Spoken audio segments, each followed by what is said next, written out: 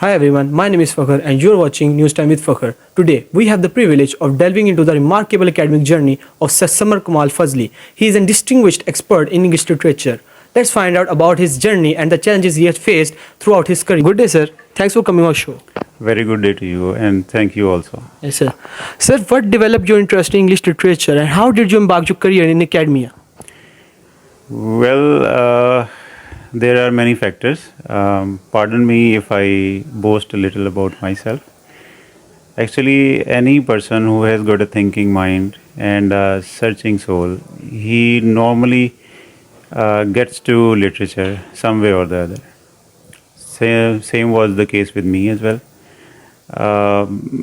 My actually family is known for its love for education and literature.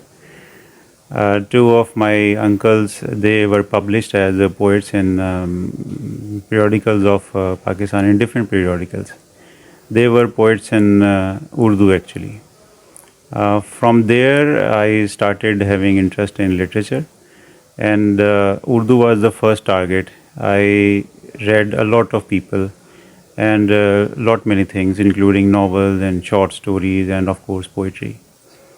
And I would like to mention that during my childhood, I had a great fancy for comic literature.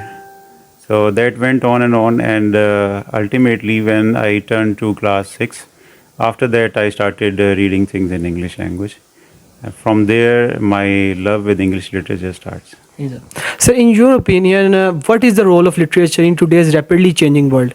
Well, the role of literature in today's rapidly changing world remains very crucial. You see, literature remains at the heart of the things, and the people who write literature or any genre of literature, they are human beings. They are the product of our society as well. They have their political, social, economic, and other affiliations as well. So, all these things combined together, if you have a taste for any language and communicating in a good way using a certain language, you definitely go for expressing yourself in various ways. And there starts the literature. Not only as a writer, but as a reader of literature, you have plenty of things offline in print and online as well. Now the things are very easily accessible. And previously, we had to, or anybody had to purchase and spend a lot on reading good literature. But now the things are available online, and you can read it very easily. Now, as far as shaping is concerned, well, the world is changing rapidly.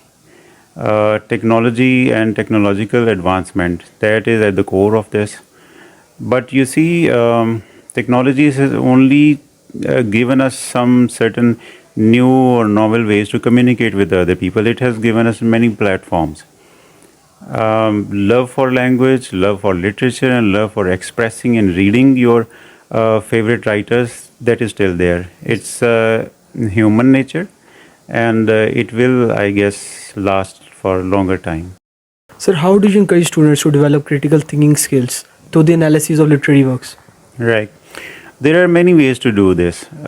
In literature, we encourage our students to at first go through the theories and then analysis of the society from where a certain writer belongs, and of course analysis of political, social, moral, and religious perspective of that very time.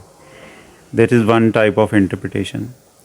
Secondly, we also ask our students to, let's say, pick one theory and pick one genre of literature and apply that theory on that very genre of literature, and they come up with certain findings on that as well.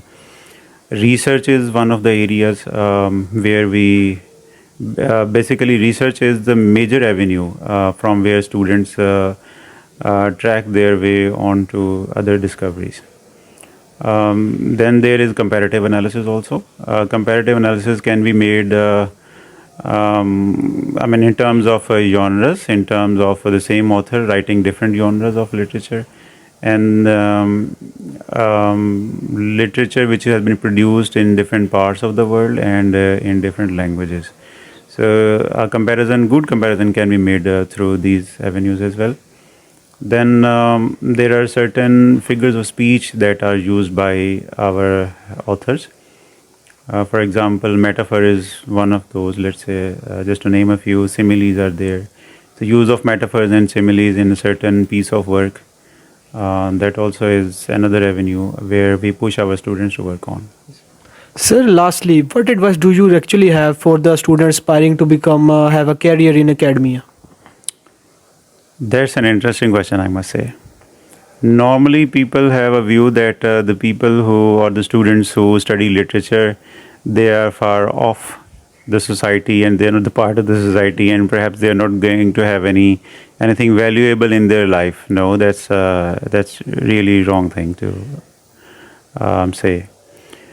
There are many avenues. Let's say all the social media platforms, they produce lot of stuff, they upload it, and there are millions viewers that watch for, let's say, billions of seconds of time. Where that thing comes from is obviously there must be a writer behind that. Good writers, they are always in demand. You take any form of literature or any form of communication. Our students of literature, they always have a chance for that.